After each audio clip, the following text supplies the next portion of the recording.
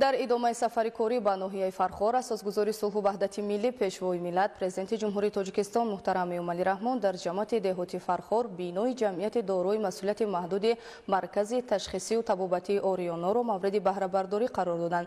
جمعیت دارای مسئولیت محدود مرکز تشخیصی و طبابتی اوریانا در دایره تدبیرهای آبادانی و سازندگی به استقبال جشن 35 سالگی استقلالیت دولتی از جانب صاحبکار محلی لطفیه کمالова بنیاد شده. در آن شرایط معاصر تشخیص و طبابت برای اهالی ناحیه فراهم آورده شده است. بینای مذکور از طرف شرکت ساختمانی جمعیت دارای مسئولیت محدود فیروز ساختمان در دوام 2 سال با صفت بلند انجام داده شده است. در جمعیت دارای مسئولیت محدود مرکز تشخیصی و طبابتی اوریانا 34 نفر از جمله 6 طبیب، 14 کارمند میانه طبی و 12 نفر کارمند یاری رسان به کار جلب شدند.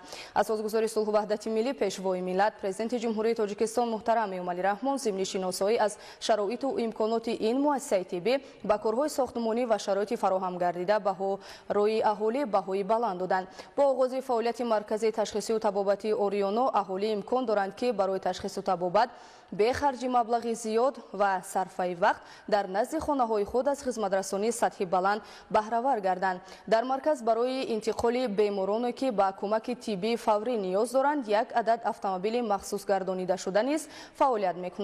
در بنا مجموعاً 20 کت خواب از جمله 5 کت برای بیماری‌های دل، 5 کت برای بیماری‌های عصب، 5 کت برای بیماری‌های امراض درونه و 5 کت برای بیماری‌هایی که به جراحی نیاز دارند جدا کرده شده است.